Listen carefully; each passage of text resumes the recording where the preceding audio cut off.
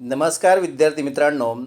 आजच्या आपल्या लेक्चरमध्ये SPPU सावित्रीबाई फुले पुणे विद्यापीठाचा 2026-27मध्ये TYBAचा NEP वाईज रिवाईज झालेला सिलेबस इकॉनॉमिक्सचा मेजर इलेक्टिव्हमध्ये असलेला भारतीय बँकिंग, इंडियन बँकिंग या विषयाचा अभ्यासक्रम आजच्या आपल्या लेक्चरमध्ये सविस्तर समजून घेणार आहोत.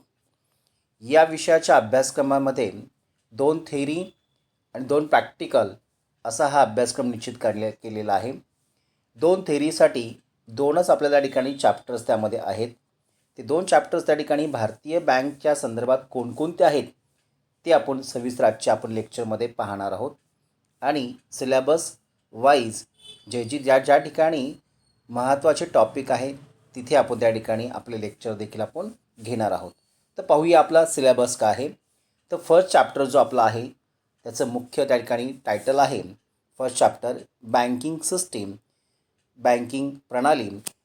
त्यामध्ये फर्स्ट 1.1 जो आहे banking system meaning and evolution आपल्याला आहे. बँक प्रणाली त्याचा अर्थ आणि उत्क्रांती आपल्याला पाहायचं आहे. 1.2 मध्ये structure and operation of banking system म्हणजे आपल्याला बँक प्रणालीची रचना आणि त्याची कार्यपद्धती कशी असते हे आपल्याला 1.2 मध्ये आपल्याला अभ्यासायचे आहे.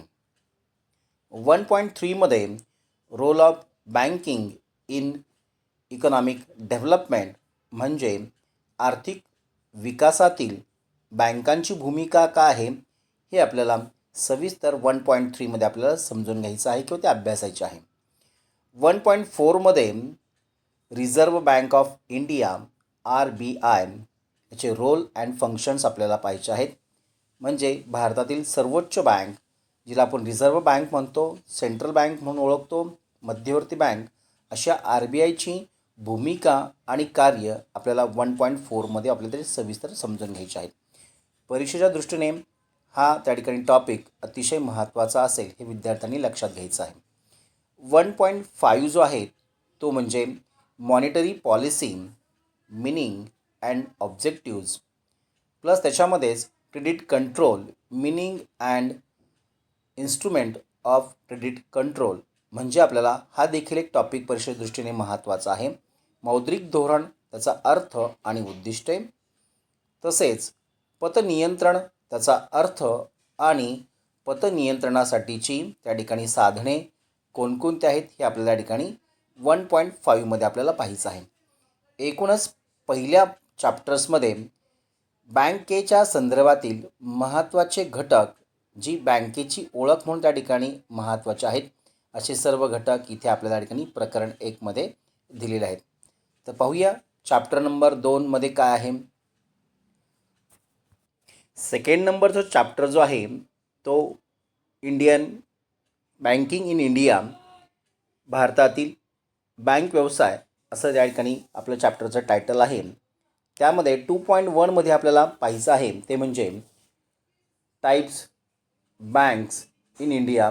त्यामध्ये बँकेचे विविध प्रकार आपल्याला समजून घ्यायचे आहेत. त्यामध्ये commercial bank, cooperative bank and regional bank, public bank, private bank, foreign banks आणि ऑफशोर बँक आणि एक्झिम बँक अशा प्रकारे वेगवेगळ्या प्रकारच्या बँका ज्या भारतामध्ये त्या ठिकाणी प्रचलित आहेत अशा सर्वच बँकांचं क्लासिफिकेशन वर्गीकरण आपल्याला 2.1 मध्ये त्या ठिकाणी आपल्याला अभ्यासायचे आहे.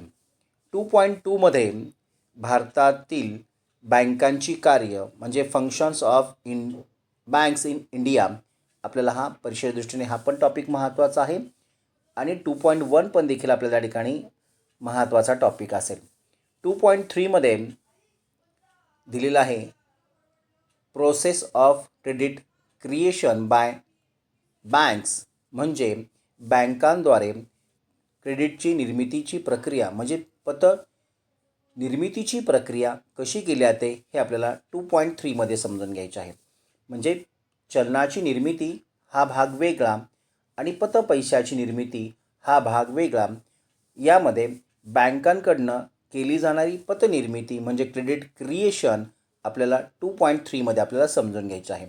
या संदर्भातला आपला एक व्हिडिओ ऑलरेडी त्या ठिकाणी आपल्या चॅनलवर आहे, तो मात्र विद्यार्थ्यांनी तो पाहून घ्यायचा आहे. परीक्षे दृष्टीने हा देखील प्रश्न विचारला जाऊ शकतो.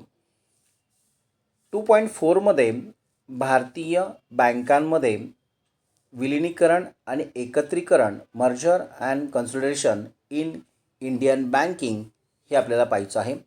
अलीकडच्या कालावधीमध्ये ज्या बँकांचं त्या ठिकाणी खाजगीकरण आणि विलिनीकरण आणि एकत्रीकरणची पॉलिसी आपल्याकडे राबवली जाते, ती आपल्याला इथे 2 मुद्द्यांच्या अनुषंगाने आपल्याला समजून घ्यायचं आहे. विलिनीकरण आणि एकत्रीकरण हे 2 मुद्दे आपल्या ठिकाणी 2.4मध्ये पाहायचं आहे. तर शेवटचा जो टॉपिक आहे 2.5 तो म्हणजे challenges faced by banks in India असा टॉपिक आहे. भारतातील बँकांसमोरील आव्हाने समस्या याचा त्या ठिकाणी आपल्याला 2.5मध्ये अभ्यास करायचा आहे. हा देखील एक टॉपिक करंट आणि महत्त्वाचा आहे, जो परीक्षे दृष्टीने देखील महत्त्वाचा आहे. भारतीय बँकांपुढील आव्हाने कोणकोणती किंवा समस्या कोणत्या यावर देखील प्रश्न विचारला जाऊ शकतो. अतिशय शॉर्टमधला हा सिलेबस आहे. हा थेरीमध्ये कवर केलेला सिलेबस आहे. या व्यतिरिक्त आपल्याला त्या ठिकाणी प्रॅक्टिकलमध्ये देखील राहिलेला काय अभ्यासक्रम आपल्याला त्या ठिकाणी बँकेच्या संदर्भातला तो अभ्यासाला भेटणार आहे. त्यामुळे फक्त थेरी म्हणजेच बँकेचा संपूर्ण परिपूर्ण अभ्यास आहे असं नाही आहे. तर आपल्याला राहिलेला रिमेनिंग त्या ठिकाणी अभ्यासक्रम आपला प्रॅक्टिकलच्या सिलेबसमध्ये दिलेला आहे, तो मात्र विद्यार्थ्यांनी तो आपल्याला पाहिजे. मेजर इलेक्टिव्ह बँकिंग या विषयाच्या संदर्भातील काही महत्त्वाचे व्हिडिओज आपले त्या ठिकाणी दिले जाणार आहेत. त्यामुळे सर्व विद्यार्थ्यांनी चॅनलला मात्र सबस्क्राईब करून घ्यायचं आहे. बेल आयकॉन प्रेस करून ठेवायचे, जेणेकरून आपल्याला आपल्या पुढील व्हिडिओची नोटिफिकेशन तुम्हाला मिळतील.